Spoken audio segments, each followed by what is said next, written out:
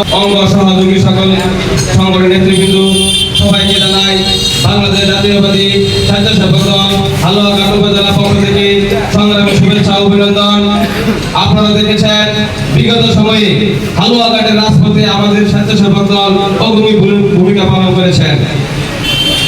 অনেক নেতা আছে বড় বড় পদ নিয়ে ঘরে বসেছিল, কিন্তু আমরা আমাদের এই স্বেচ্ছাসেবক দলের সংগঠন নেতৃবৃন্দ হালুয়াঘাট থেকে শুরু করে ময়মনসিংহ থেকে শুরু করে সমস্ত রাজপথে আমরা ছিলাম। ইনশাআল্লাহ আগামী দিন 1 তারিখে যে বাংলাদেশ জাতীয়তাবাদী দল বিএনপি প্রতিষ্ঠা বার্ষিকী, সেই প্রতিষ্ঠা বার্ষিকী উপলক্ষে আমাদের স্বেচ্ছাসেবক দল সমস্ত এবং যা কিছু নিয়ে সর্বোচ্চ প্রস্তুতি নেব ইনশাআল্লাহ।